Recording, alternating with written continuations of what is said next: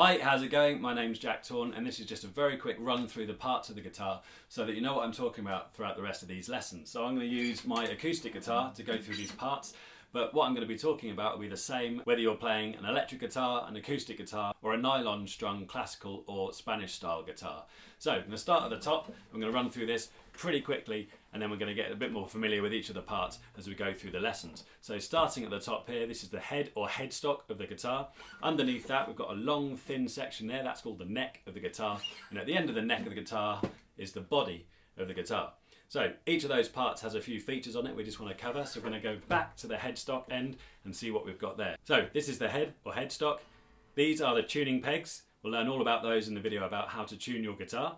Moving down a little bit, we're going to find this piece of plastic here. This is called the nut, and the nut's job is just to organise the strings a little bit and evenly distribute them so they fit nicely along the neck of your guitar. So this long thin section is the neck of the guitar, usually made up of two parts. If you look at the side of your guitar, you might find that there's a thin strip down the front of the neck which is a different colour, and that's because this bit, the face of the neck, is actually called the fretboard. It's usually a different piece of wood, and it's called the fretboard because these metal strips that go across it like this are the frets, and they're attached to the fretboard. So guitars come with different numbers of frets. It doesn't really matter at the moment how many frets you've got. What is useful to know though is that this fret on the head end of the guitar is fret number 1. So it's got fret number 1, number 2, number 3, number 4, blah blah blah blah blah blah, all the way down the neck until you run out of frets.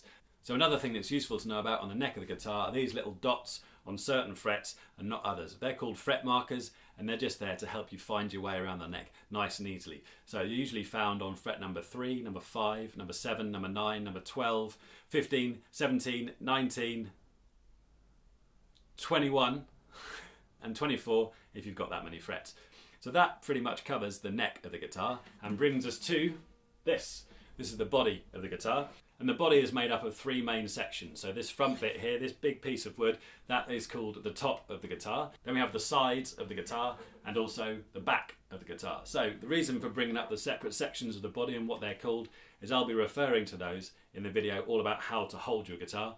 So it's good to know which bit is which so you know what I'm talking about in that video. So some of the features you'll find on the front of the guitar are the section where the strings attach to the body of the guitar.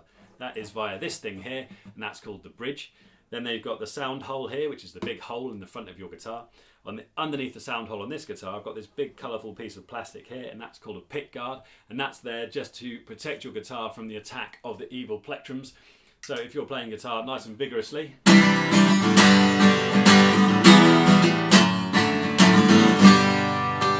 something like that, then your plectrum could be smacking against the wood of your guitar, and if it's left just as wood, then you're going to get a scratchy looking guitar and maybe even start gouging out a hole in it eventually over many years of playing. So they put something there a little bit more durable so it can take a bit of a battering from the plectrums.